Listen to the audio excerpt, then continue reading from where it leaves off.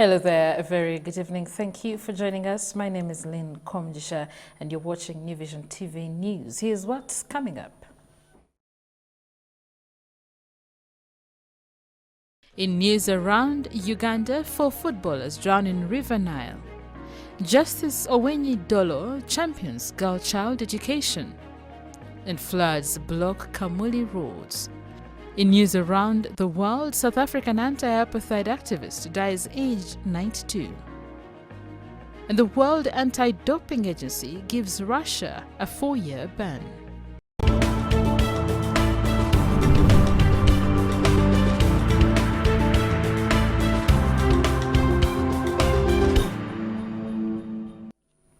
A very good evening once again. We come to you from the New Vision newsroom.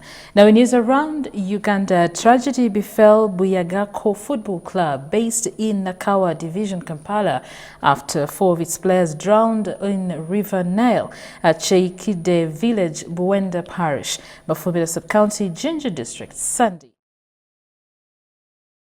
Friendly match against Jinja-based Kakira Football Club before the players met their death. Police named the deceased as Ronald Tumwesje, 22, James Senkumba, 28, and John Sempeba, 22, all residents of Mbuya Ward, Kago Zone, Nakawa Division, as well as Ernest Kafero, 21.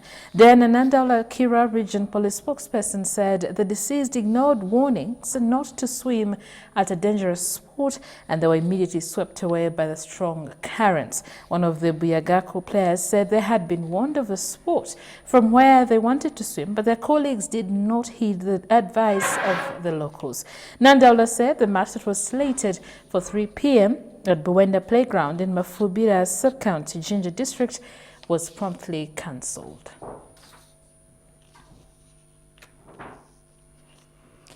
Moving on, the government is set to recruit 523 health workers to fill vacant positions at various regional referral hospitals and the health ministry. The health facilities expecting new staff include the Uganda Virus Research Institute and the regional referral hospitals of Moroto, Kabale, Hoima and Mubende, as well as the ministry headquarters. The Health Service Commission has placed adverts inviting applicants to fill the vacant positions. The applicants are required to submit their applications online at www.hscers.ug to the Secretary of the Health Service Commission not later than January the 3rd. The Commission said it is seeking to recruit senior consultants in general surgery and internal medicine and consultants, obstetrics, gynecology, ENT and ophthalmology, among others. In 2017, the government started redeploying retired senior health specialists in various government-aided health facilities in a move to boost health service delivery. Joyce Moriku Kaduchu, the State Minister for Primary Health Care, said the ministry has been understaffed.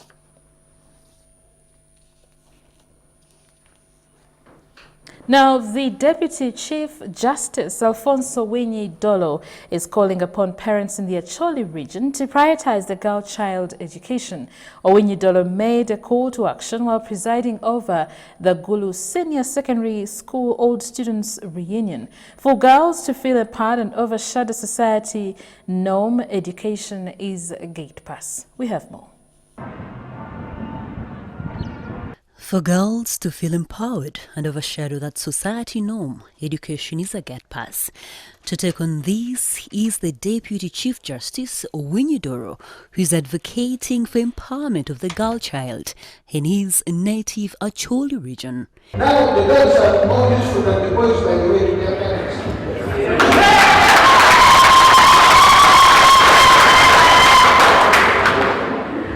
If you think this in the past, how she's going to be married away?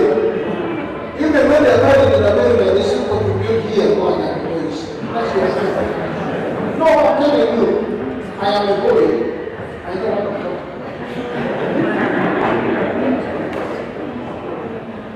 So let us disabuse our minds about this segregation-based regime. If you have girls, educate them at the same level with the boys. He also cautioned parents against refusing to pay school fees for their daughters who get pregnant. If a university, even those who are not pregnant, ask for them here. So who says, I don't forgive you, but I will say my school and be sued. So see, let us disagree sometimes about those who are pregnant. The one who's responsible for the pregnancy has continued. Why not do that?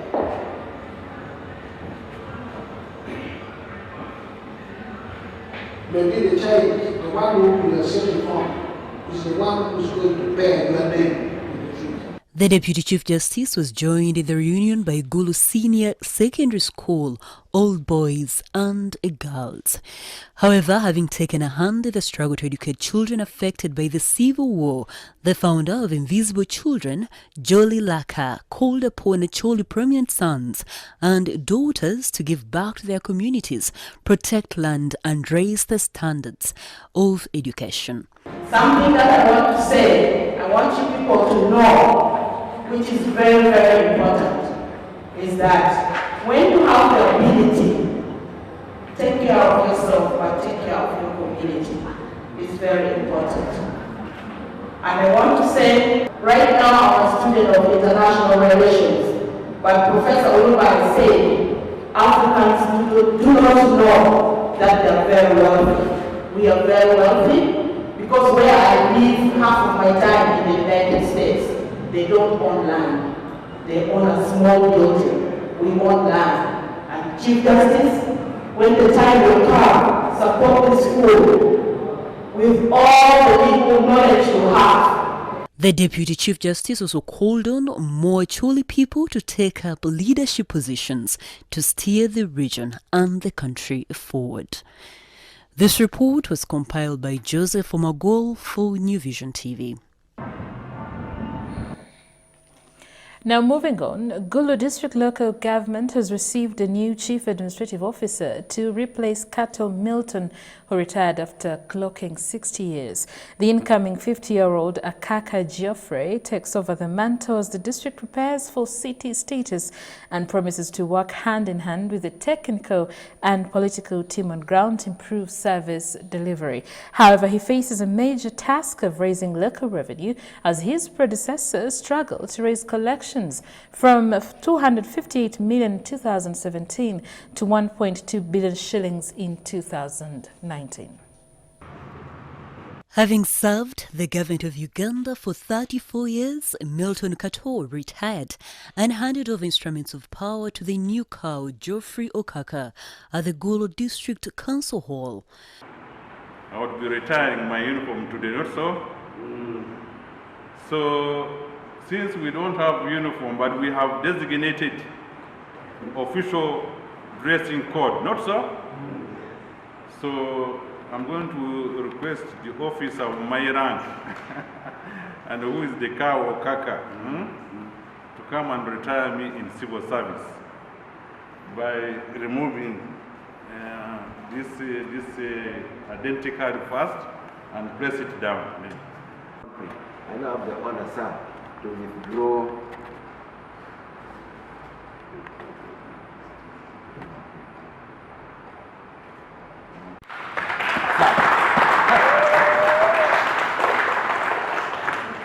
The veteran civil servant leaves behind a shining legacy in local revenue collection in GULU. To me, I believe local governments can still raise their local revenue. So when I came here, they were at 258 million per year.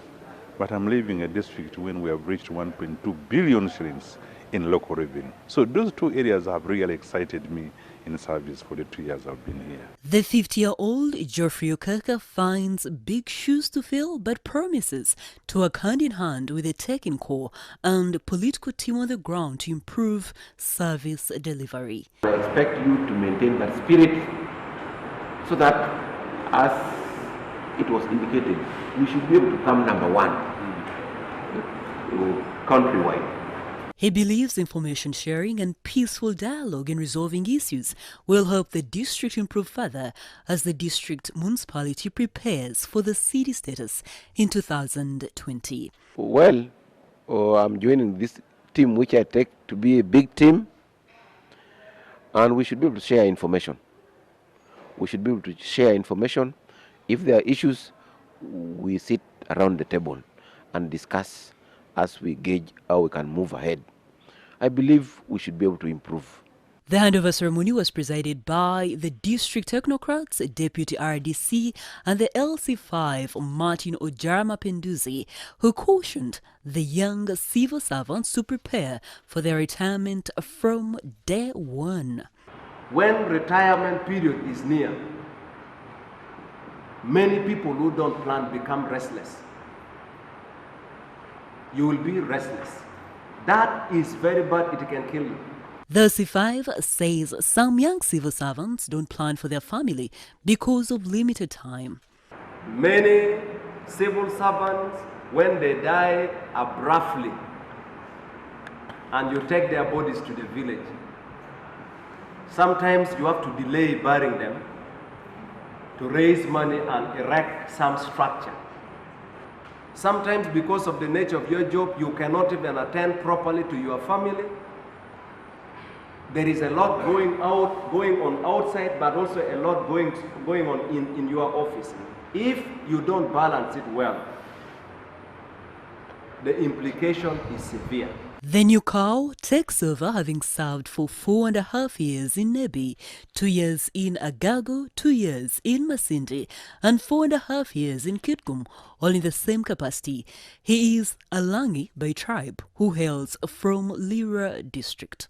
This report was compiled by Joseph Umagol for New Vision TV.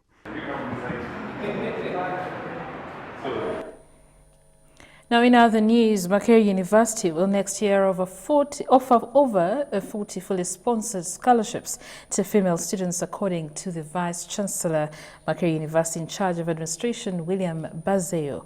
Bazeo made the remarks during the Makerere University Female Scholarship Foundation fundraising at Serena Hotel. Bazeo said that over the years, Makerere University has been offering 20 tuition scholarships to female students. He said that sometimes the students offered the scholarships find difficulties in completing their studies.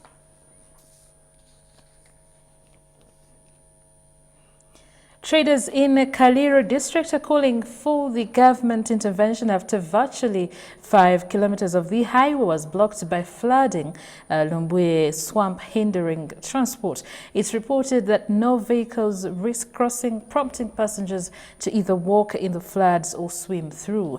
Moses Mpabwe, one of the taxi drivers, said that most of the vehicles that attempt to cross face engine failure.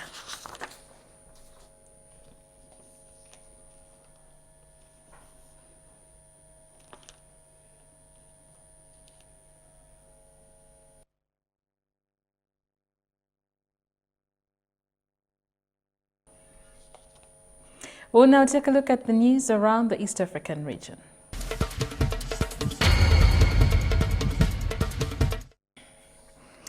Now, the flashy governor of Nairobi pleaded not guilty today to over 30 charges of money laundering, receiving bribes and conflict of interest in a court appearance held under tight security. Governor Mike, the latest top official to be hauled in on corruption charges in Kenya, is accused of having benefited from irregular procurement of payments of $3.5 million US. He pleaded not guilty to all the charges when he was arraigned before the Anti-Corruption Court Magistrate Douglas Oguti in a packed court secured by anti-riot police. State prosecutors also read out details from Sonko's bank accounts and several dates on which money was wired from contractors who had won tenders. Sonko spent the weekend in jail after his dramatic arrest in southern Voi State. Saw him scuff off with the police before being bundled into a helicopter and flown to Nairobi.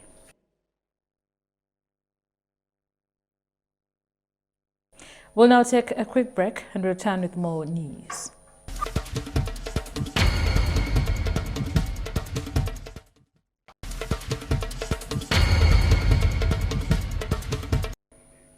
Welcome back from that break. You're still watching New Vision TV News. This is news around the world.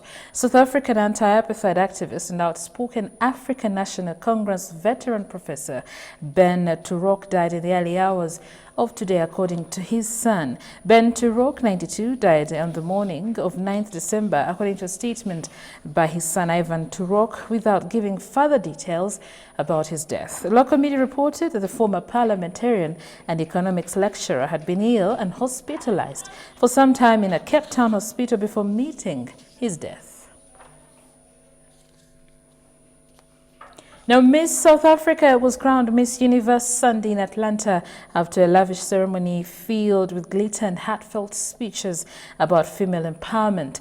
Zozibini Tunzi, 26, finished fast ahead of the Puerto Rican and Mexican finalists in a flashy televised event hosted by American comic turned TV personalities Steve Harvey. Television personalities Vanessa Lachi and Olivia Culpo served as backstage commentators, and a panel of 7 women determined the winner. Tunzi earned cheers during her closing speech, a new segment of the competition in which she talked about wanting to empower young women to feel confident. Now, Britain's election campaign entered its frantic final straight today, with Prime Minister Boris Johnson trying to lock in the votes needed to draw a line under years of arguments and paralysis over European Union membership. Johnson is hoping Thursday's poll hands him, his ruling Conservatives, a majority to allow him push through his Brexit divorce deal with Brussels. Parliament has been deadlocked since the result of the last election in 2017, which saw the Tories lose their majority and weaken their ability to implement the result of the 2016 referendum on EU membership.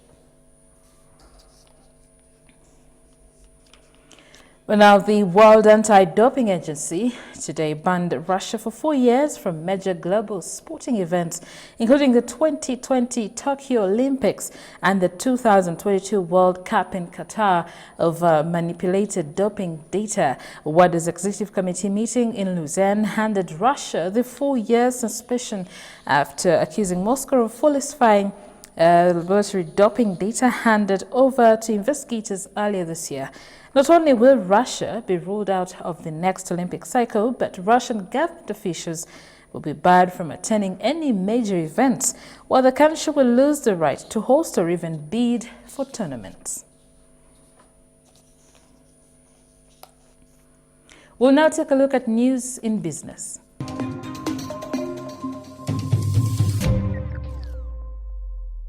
In business tonight, Uganda has been forced to go for commercial and development bank loans worth 2.4 trillion Uganda shillings to finance the public security sector and cover shortfalls in revenue collection. The loan request is before Parliament pending approval. Half the amount will be borrowed from Stanbic Bank and the rest from the Trade and Development Bank. The Uganda Revenue Authority registered a shortfall of 603.7 billion Uganda shillings in the first quarter of the 2019-2020 financial year. And by the end of the financial year, URA is expecting a total revenue shortfall of 1.9 trillion Uganda shillings. By October, the URA was supposed to have collected 6.1 trillion shillings, but the target was missed due to delays in implementation of some administrative measures planned when the financial year was starting, according to Secretary to the Treasury, Keith Muhakanizi. Leading Ugandan startup hub, the Innovation Village secured 2 awards at the 2019 Top 100 Mid-Sized Companies Award Gala. The awards, one for the fastest growing company and the other for the most innovative company, were handed over to the Innovation Village at the awards gala following the Top 100 Mid-Sized Companies survey, whose results were released last week. C.K. Japheth, founder and chief executive of the Innovation Village, dedicated the awards to those building businesses out of the big dreams. He dedicated the next decade to entrepreneurs on their own tough journeys, saying that 2020-2030 is the decade of the entrepreneur, the defining decade dedicated to young, hungry entrepreneurs who've not had a fighting chance. He added that there's need to institutionalize Uganda's innovation industry by building strong and credible institutions that work together with entrepreneurs to drive innovation and, as a result, increase business growth.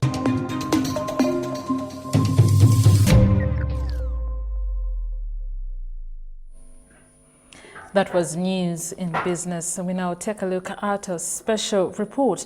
While some of today's generation find the GOMESI unwieldy and maybe even out of sync with the pace and nature of their lives, the GOMESI endures, particularly for special events. Rarely does a cultural wedding occur without the colorful sight of young ladies clad in beautiful GOMESIs. New Vision TV, in this special report, looks at the evolution of the GOMESI in Uganda.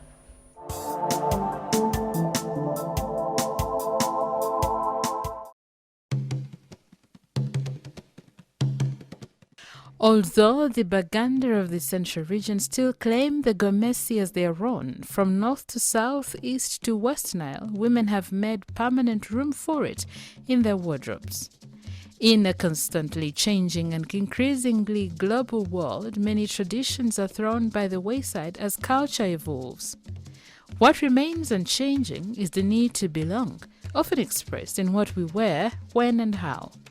In the special report today, Irene Besigiroha celebrates the GOMESI, one of Uganda's most popular pieces of clothing. Few items of apparel can today be said to be as quintessentially Ugandan as the GOMESI. A luxurious display of color and texture, the GOMESI is a work of art, lending elegance and an air of regality to its wearer. Once fully claimed as a Chiganda traditional dress, the GOMESI has morphed into a Ugandan trademark. It is not surprising to see any woman wearing a GOMESI no matter which part of the country she's from. From excited parliamentarians being sworn into office to participants in a cultural wedding ceremony in GULU and national sports teams representing the country abroad, the GOMESI transcends barriers. It unites women of different shapes and shades. Elaborate and yet elegant, the GOMESI is appropriate for every occasion, happy or sad. It is worn at weddings, graduation ceremonies, anniversaries, as well as funerals. Some women, particularly of the older generation, even wear it as they go about their daily chores. There are certain subtleties attached to the wearing of the GOMESI for different occasions. The GOMESI worn at home, for instance, is made from light materials such as chiffon, silk or satin, which are easy to wash. The sash is short to allow free movement. Ferry Ngabo, a resident of Buloba and who is in her 70s, says, when wearing the GOMESI for a happy occasion, the piece of material that is typically folded over the sash is done neatly, okutereza in Luganda, leaving the sash exposed at the back. However, when you are going to a funeral, simply wearing the GOMESI at home, you simply pull the fold over the sash at the back without much ceremony. Ngabo says she first wore a GOMESI as a young lady in December 1970. It was for my Kwanjula introduction ceremony. My fiancé gave me the money to buy it, she recalls. For her, starting to wear a GOMESI was some sort of rite of passage separating girl from woman. At a certain age, when you do not wear the GOMESI, you are not taken as seriously as someone who does, she says. While the staying power of the GOMESI is not debatable, the origins of the dress are not always agreed on. It is generally accepted that the GOMESI in the shape and form that it appears today has its beginnings in Gayaza High School. When the girls' school opened in 1905, it was the suka that the daughters of mainly chiefs wore to school. Pictures from the early days of Gayaza High School show students in this ankle-length piece of material that covered the body from just above the bust, leaving the shoulders bare. The material was fastened at the waist with another strip of cloth. The attire had evolved from a version of it made from backcloth that had been replaced with the more lasting fabric introduced by the Arabs and missionaries in the mid to late 19th century. A problem soon arose at Gayaza, however, says Felista Mukasa, a retired teacher. The sukas would always loosen around the bust whenever the girls engaged in strenuous activities such as chores, exposing their bosoms to the consternation of the missionaries. The story is told that Miss Alfreda Allen, the first headmistress of Gayaza Junior School, asked a gone tailor to make the school's first school uniform. To the suka, Caetano Milagres Gomez added a yoke and sleeves. This gave birth to what we know today as the GOMESI, named after its creator. Because Gayaza High School was a boarding school, the school uniform soon earned the tag boarding, and the attire made its way into popular culture. But over the years, the GOMESI has experienced different transitions which has seen modifications made to it. Ngabo says the basic style of the GOMESI has remained constant. Perhaps what has changed significantly is the sash. We wore short sashes back then. Today, the sashes are long. The sleeves have also been modified from short and squarish to long and pointed. Gone too are the days when the GOMESI came in basic colors and fabric. Today, there's a kaleidoscope of color and many options of fabric and accessories for someone looking to stand out in their GOMESI. Designers of contemporary attire are also getting inspiration from the traditional dress. A GOMESI is incomplete without accessories and particularly an appropriate sash. Salim Sali, a designer, is of the view that women should pay attention to the sash as much as the GOMESI. The color of the sash should be the one which least appears in the entire GOMESI, he advises. For the perfect picture look, match the shoes with the sash. When it comes to jewelry, the embellishments on the material should guide the wearer on the best accessories to set a fool. Some GOMESIs are decorated that one does not need a necklace but only dangling earrings, Sally says. Some, however, like Tina Najuka, a dealer in fabric, feel that when it comes to the bridal GOMESI, a necklace is always necessary. However embellished a GOMESI is, a bride needs to stand out. Ultimately, however, it is all a matter of choice. And with the myriad of options available, the GOMESI can only continue to sparkle. In the next episode, New Vision TV will share current GOMESI trends.